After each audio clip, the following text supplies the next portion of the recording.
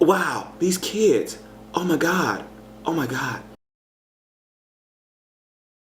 Here we go, family. We had a fly-through today for X Factor. I swear, it went so fast. They did the same amount of acts tonight in 1 hour that they did yesterday in 2 hours. How they do that?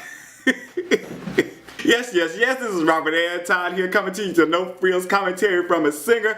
And let me tell you, I was surprised tonight, but pleasantly surprised. It took a lot less time to do the show, and we still got just about as much talent, as much performance, as much wow as we did in 2 hours yesterday. I had to step back and watch the vice presidential debate. If you saw it, make sure to let me know that you did and what you thought. But I'm not going to do a whole bunch of discussion about that on here. What I'm going to talk about is X Factor, what happened. We started out day 2 of judges' houses, and I think the final day, they're going to decide what happens next week, or let us know what they decided next week. Then they'll be moving on to the live shows. So today it was LA's house. We started out in Beverly Hills, and he said the overs were already the underdogs. He told them that they are already the underdogs. Starting with the performances, we had Jason Brocky did Big Girls Don't Cry by Fergie. He was right into the song when he started, just jumped right into it, into the emotion, got things going really good in the story. He was all up in his top voice here, and I was like, wow, okay, that's kind of nice.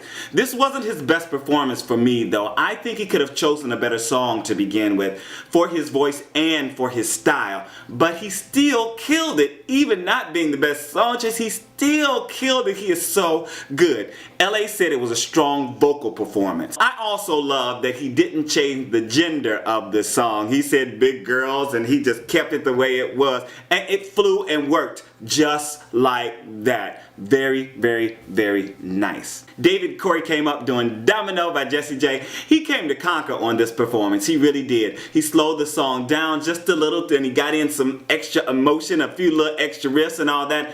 Again, killed it. LA said he was giving him chill bumps. Justin Bieber said he was great, and Scooter Braun said he was pure passion. Yes, Justin Bieber and Scooter Braun are in the house. LA's house.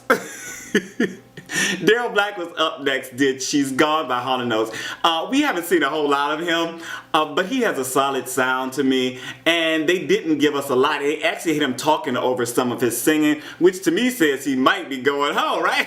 Because they're not paying him a whole lot of attention. Then again, they could be saving him because he's so good that they want us to really be surprised in the live show. So you never know. Scooter said he has a special voice, but LA said he didn't find his tone unique. Tate Stevens was up next with Back at One by Brian McKnight, and he's interesting in his song choices. A country artist singing these older R&B songs. I really like that. It kind of worked on this, but with the previous guys killing it like they did, I wasn't so impressed with him on this one. Plus, he was not really sharing the performance with the coaches. Most of the time, he has eyes closed, and generally, you are not giving the audience everything. If you're just living here in this song and you've got it like this, if I'm talking to everybody right now and you're looking at me, you ain't paying me no attention. You're looking at like, why is his eyes closed? Why is he not sharing this with me? You have to open up and you have to look at people, and sometimes just over their head, if you're nervous about looking them in the eye, just over their head to relate to them. And he was not relating to the coaches on this at all. LA said it was a good song choice, but Justin thought he was charismatic, but wasn't sure he'd write him a $5 million check. I don't blame you, Justin. Keep that money in your pocket. Vino was up next. He did Sober by Pink. As soon as he started, Justin sat up. He really put it on the line here, and he even seemed to do a little rock kind of thing in there at one point. I was like, what? He was wearing it out. Justin Bieber said he felt it emotionally. And I wrote, and LA was looking at his package. I know. Stop the presses! Stop the Oh, but LA was saying, basically saying, but is he the full package? I know where your mind went. Tara Simon was last. She did The Reason by Hoobastank. I believe that's what it was. Was that what it was? She was on the attack once again. Started out really sweet and light, and then brought on all this power. I thought it was a bit much, personally. Even though I love her and I love her commitment, I love the way she really attacks things, but on this one it was a little bit much. She really laid on the line once again. I thought she really did. She laid it on the line, but to me she came off a little shouty here and there on this one. She said she felt like she killed it.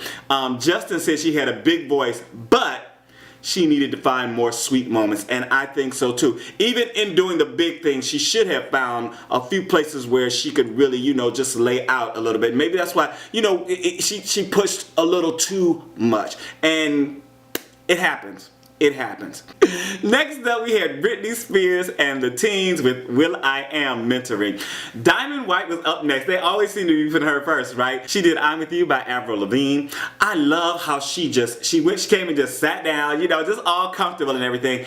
And she started the song, and immediately she was just poised and just started to emote and feel the song. Her voice was right there. She was right into the moment, and her vocals were on point. Perfect, I wrote perfect performance.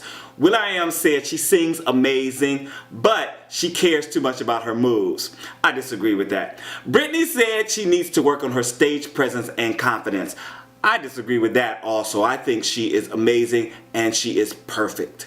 Reid Deming did Hey There Delilah by the Plain White T's. These kids, I wrote, these kids are so good and professional. Every single one of them. Good, professional. They get in there, get on their thing, bam, do their performance.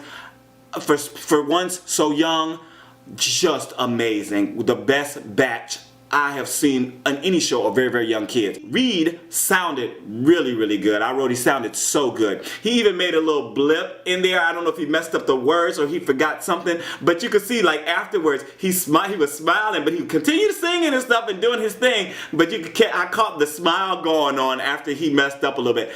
Professional. That's the way you do it. I mean, you know, you could try not to get the smile in there, but even with that, he still did everything he was supposed to do. So professional. You wouldn't, and I wrote, you wouldn't know it if you didn't know the song and if you didn't realize this type of thing. And if you weren't someone who does it sometimes, you know,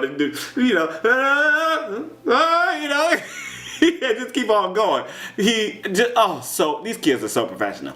Jason Tanner did Party Like a Rock Star. I believe it's the one by Shop Boys, and he was rapping and he had a nice bit of flavor. Britney wasn't convinced he was strong enough, and I was kind of like blasé about him. It looks like he might not be going on to the live shows.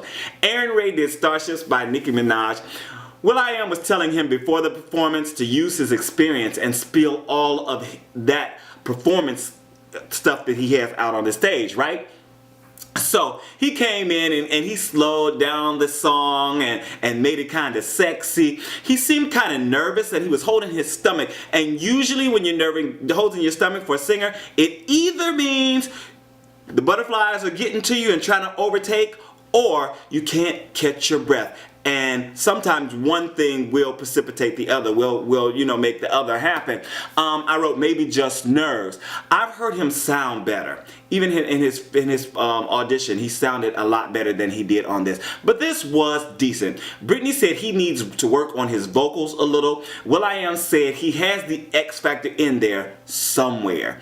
So he wasn't really presenting or representing like he should have been in this performance. Again, another one that might go home. Beatrice Miller was up next. She did Titanium by Jessie J.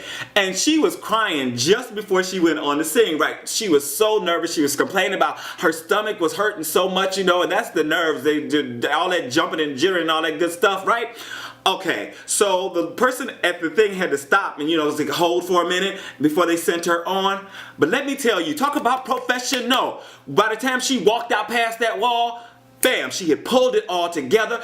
She was ready to present. She would just focus, professional focus from young kids. I'm blown away. I am blown away by these kids. Out of them all, she has the most unique and natural sound to me. She starts to sing and it's like your ear just immediately turn to listen because it just has that something, that special something. I want to get this as I wrote it too, because I usually get my thoughts down while I'm watching. I really have been getting good at it. I wrote, I couldn't tell that she was nervous while she was performing at all, except she was holding on to the mic at points for dear life. Such great notes she sang, and I really felt her emotion in it. I got chills, really, I did. Will.I.Am said it was a great song for her, and it was fresh. Britney said she needs to control her loudness. Britney, I'm not with you on that. Carly Rose Sonenclar was up last. She did Broken Hearted by Karmin. Oh my God, I love you, Carly Rose, I love you. Oh, she did Karmin. Oh my God, from YouTube. Oh my God. Oh, I'm a fangirl now. Before, you know, they went into performance, Demi told her to take her competitiveness and put it into her performance before she sang. I just don't know what Demi is on. I don't know what she's spoken. I don't know what she's been watching.